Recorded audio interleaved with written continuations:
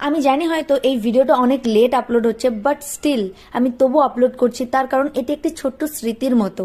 অষ্টমীর দিন রাত্রিবেলা আমি পরিবারের সঙ্গে বেরিয়েছিলাম, তার একটা ছোট্ট স্মৃতি আমার ফোনের মেমোরিতে রাখার জন্য আমি এই ভিডিওটা আবারও পোস্ট করছি।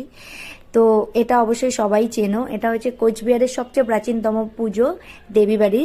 দেবীবাড়িতে আমরা গিয়েছিলাম, তারপর সেখান থেকে চলে যাই আরও একটা প্যান্ডেলে। এটা সম্ভবত টাকা গাছ ক্লাব হবে।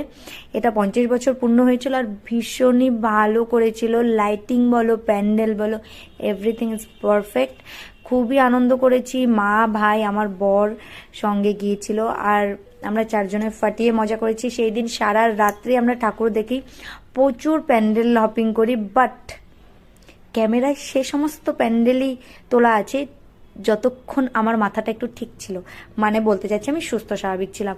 তার কারণ কোচবিহারে সেই দিন এত এত ভিড় হয়েছিল, এত ভিড় হয়েছিল, প্রতিটা জায়গায়